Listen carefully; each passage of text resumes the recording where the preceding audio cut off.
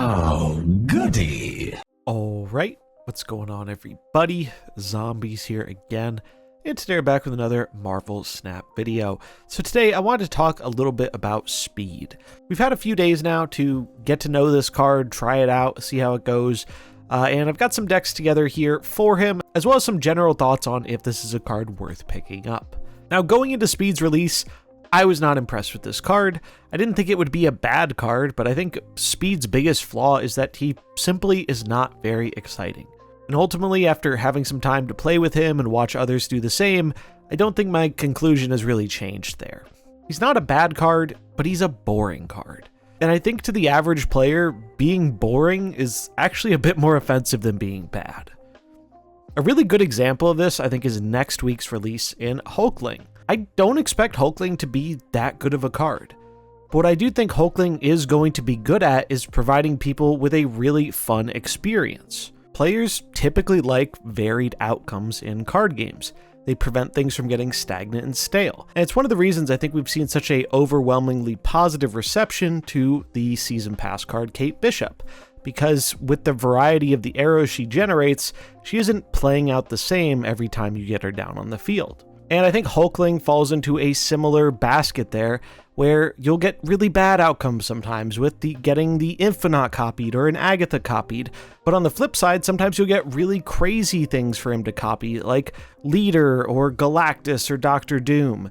And I think players will really have a fun time with that experience, even if I don't expect that card to actually be super meta-defining or highly played. Now, Speed is just a stats card. He is just a card you're playing to get a fairly decently large number on a 3-drop. And stats cards by themselves, I don't think have to be super boring. A really good example of this, in my opinion, is something like Mockingbird. Mockingbird is just a stat stick. But what's cool about this card is she changes the type of things you might want to include in your deck in order to get the most value out of her.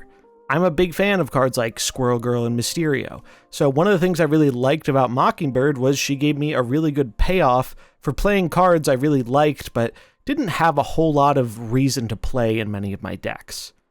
I think this is the really good way of making a stat stick, even if its overall function is just getting stats down on the board. The thing with Speed is he doesn't drastically impact the way you want to build your deck most of the time. And what I mean by that is you just put this card in decks that already want to curve out well. A lot of decks do want to curve out in Marvel Snap. I'd say the majority do. But the extra power you're gaining here for effectively curving out isn't enough to where you want to start putting, some bad cards like Quicksilver or Domino in your deck to guarantee it. You just want to slot him into decks that are already trying to spend all of their energy each turn. So while the goal of what this card is trying to do is rather similar to his brother Wiccan, I think the payoff and deck building requirements are a lot less interesting for this card. And to briefly mention the Spotlight caches for this week, Speed is joined alongside Jeff and Iron Lad. Now I think if you don't own any of these cards, it's probably not a bad week to open. Jeff, just one of the best 2-drops in the game and a card I think most people will want to get their hands on. Iron Lad doesn't see quite as much play as he used to, but he is still very strong in a handful of decks, and he might even be in a better position going into next season when we are likely to see Zabu get the new Activate keyword added to him. So yeah, if you're missing all three, probably a pretty decent week. But if you're missing less than that, I'm not overly convinced this is a great week to use a bunch of keys, especially when the cards coming up in the September and October season just look way more strong and impactful. Now let's take a look at some of the decks that Speed has been finding success in. The first 2 decks we're going to look at here, you might notice, are decks you've probably seen before. And at the same time, they're also decks that I think would be probably just as strong without Speed being in them. Speed is not the thing that is making these decks strong, more so these decks are already really strong and like to curve out, and Speed is just a fine card to slot in there because it synergizes with the game plan. This is one of the versions of the Tempo move deck featuring Kitty and Thena. I believe TLSG is the one who popularized this one a few nights ago, going on a pretty solid tear with it, and it's a really solid deck. The thing with this deck was it was rather popular about a month or so ago, but then Mobius started sneaking back into the metagame a bit, and that kind of pushed out this specific version in favor of other Athena versions that didn't have to rely on cards that needed cost reduction. But the metagame has since changed. Mobius isn't as around anymore, so naturally it makes sense for this deck to make a return, alongside some new additions like Kate Bishop, Hawkeye, and Speed. The main game plan of this deck is you're just trying to buff up your scalers, and Kitty Pryde, Athena, Angela, Elsa helps you do that as well. Hope Summers helps you get extra energy and has good synergy with your movers and Kitty. Mysterio's the MVP here for getting some nice cost reduction on our Mockingbird and Sasquatch, which are two of our bigger threats. And then Gwenpool has a nice synergy with Mysterio and is just a generally decently powerful card if we can afford to play out the remaining things in our hand, which Hope Summers helps enable us to do. And since this is a deck that just naturally likes to curve out and spend all its energy each turn, Speed ends up being pretty large in it. Even with some of the smaller nerfs to things like Athena and Nocturne recently, this deck is still proving to be a very, very powerful shell, and if you're looking to play Speed without having to really design something totally new around him, this is a great way to do it. Then there's this updated version of the Loki Wiccan deck, which does have some overlap with the small Kitty Pryde package, but this one's from KM Best. He's had a lot of success with this archetype. I've played it myself. I've also found similar success with it. Deck is just good. Loki into Wiccan is just really, really backbreaking. But much like the first deck, this deck isn't really changing very much from the old version to include Speed. Speed just naturally synergizes with the game plan, and you play it because it's a fairly large body. But the deck itself hasn't dramatically changed since we first looked at it in the Wiccan highlight video last week. We have seen some changing in terms of what people are running in the top end here with Ultron and Alioth. I think Alioth is incredibly good right now. The Ultron spot is a little bit more contested, where I've seen people running a bunch of different things in that slot, like a Magneto, a Mockingbird, Doctor Doom, but I think Ultron is more than fine of a choice here. Just gets a lot of stats down on the board while being big power in his own lane. Like the first deck, we're just trying to do the Kitty Pryde early scalers thing with Angela and Athena. We have some other cheap 1-drops in here to help round out our curve in Maria Hill and Nico, and Kate Bishop does that as well by giving us some arrows, so the odds that we're actually using all of our energy effectively each turn to enable our Wiccan and buff up our speed are fairly high. Cassandra Nova is still a really good card to jam out on 3 and gives you an edge in the Arsham matchup. And then Loki's just flat busted right now. Loki is one of the defining cards in the game alongside Arsham, and I think he is a huge part of what is bringing the power to this deck. This deck was already finding a decent amount of success, but now with these additional new tools, it seems like it's gotten even better. That said, much like the first deck, you could very easily replace Speed in this list. This isn't a list that works because of Speed.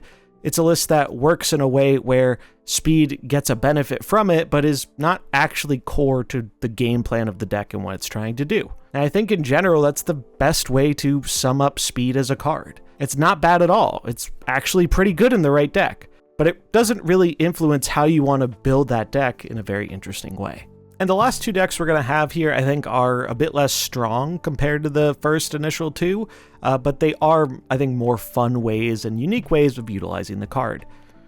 This one here is a full-on ongoing focus Spectrum deck. I believe this one comes from Dexter, and it's a pretty neat idea. You know, Spectrum ongoing has had a little bit of time to shine in the past, but it hasn't been the greatest recently. But with the buff to man thing, I think there is an incentive to try some new stuff here. So we have a plethora of ongoing effects. Just about every card in this deck is ongoing, except for Magic and Iron Lad, where Iron Lad will often be an ongoing as well, just from the abundance of the rest of them in the deck. Man-Thing and US Agent provide some very powerful reductions in power in their respective lanes. Luke Cage helps us make sure we're not getting hit by those reductions ourselves. Mobius helps shut down things like Mockingbird and Loki. Speed is a stat stick. We have Mystique to copy some of these powerful ongoing effects, namely Iron Man, but could also be pretty decent copying something like Speed or US Agent in the right situation. Howard the Duck fans rejoice, finally a deck for Howard. Is he optimal in this list? I'm not 100% sure, but he is fun and he helps you more reliably kind of predict your turns and know what you're going to be hitting off of that Iron Lad. So I do like the inclusion of him here. Magic gives us an extra turn, so we can get deeper into our deck and find those key cards, whether they be Iron Man or Mystique to copy him, or Spectrum to just buff up our whole board. Having an extra turn, especially when less people are playing things that shut down Limbo, seems like a natural bonus for this kind of deck. I still don't think ongoing is the strongest thing to be doing right now, but it is fun, and if you're looking to put some of these cards to use, this is not a bad way of doing it. That said, second dinner, please give Spectrum her extra point of power back. She very sorely needs it. And last but not least is my own personal brew that I actually had a lot of fun with and a decent amount of success with in Conquest, and that is Ongoing Surfer. So the lore here is that I used to play a Spectrum Surfer Ongoing deck like a couple months ago, maybe almost a year ago, long time ago.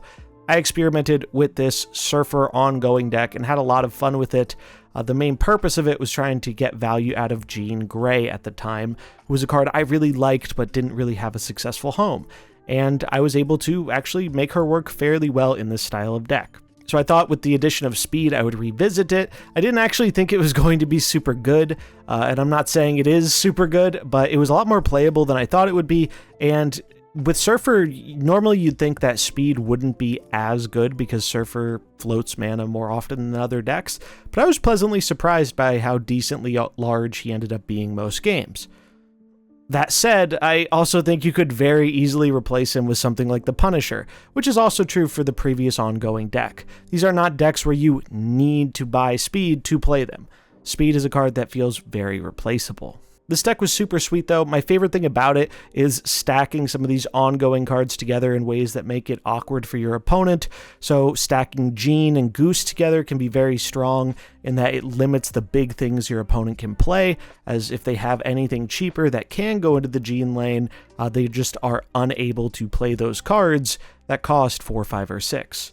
Watch out for Arsham though, because he can sneak into the Goose lane. US Agent is just kind of the best in slot ongoing card as a 2-drop, especially in a Surfer deck where we're not running a bunch of things that get hit by him ourselves. And he can help equalize power because this deck doesn't have crazy power output, so we do like having a way to lower power from the opponent. The new Captain America ends up buffing up our lane quite a large amount because we run so many ongoings. We have things to just help fill out the lane. So we have like an Ant-Man to weave into the curve, Brood because it's good in Surfer and it just also helps fill out a lane. Mobius is some anti-Loki technology. Iron Lad just because there are a plethora of really good hits here, the best one probably being Brood or Sarah, but most of the hits off of your Lad are not bad in this deck, and again, he helps fill out that curve a bit so we're getting a decently large speed.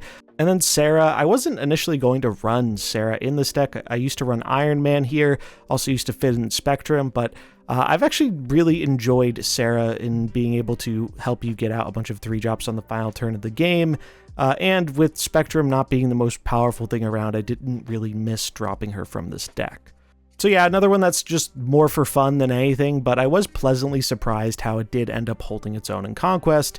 So if you like the ongoing Surfer style of things, this one, definitely recommend trying it out. And that's going to wrap it up for this speed decks and purchasing guide overview. I think most people can very easily get by without getting this card. I just don't think he's really exciting enough to make a bunch of people want to pick up and play with him.